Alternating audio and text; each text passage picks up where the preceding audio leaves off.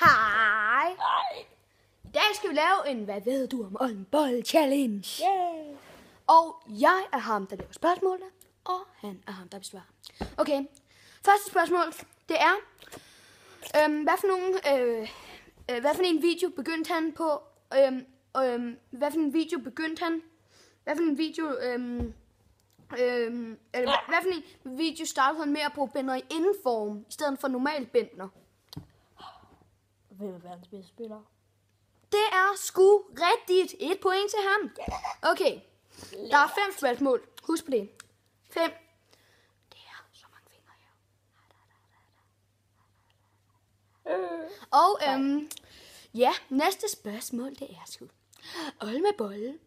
I hans første video, da han havde lavet den, hvor mange subscribers havde han så? Hvor fuck se skulle jeg vide det fra? Det kan du vide. Bare svar. 2. Det er sgu rigtigt. 1 point til Louis. Okay, næste spørgsmål. Husk på, at det er det tredje, ikke det andet. Jeg sagde det forkert. Okay, bare slap af. Du skal tilbage. Okay, tredje spørgsmål. Louis, Olmebolle. Han har lavet nye t-shirts, men hvor mange t-shirts har han lavet? Hvor mange hjemmesider har han lavet med t-shirts? Okay, han har lavet 2. Hvor ved du det fra? Fordi han har sagt det i en af sine andre videoer. Det har jeg bare ikke set. Okay, så femte og sidste spørgsmål. Det er fordi,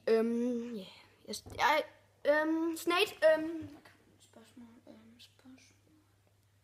Ja, Olme Bolle, ikke? Ja. Hvad hedder det nu? Jeg har ikke glemt det vel, fordi...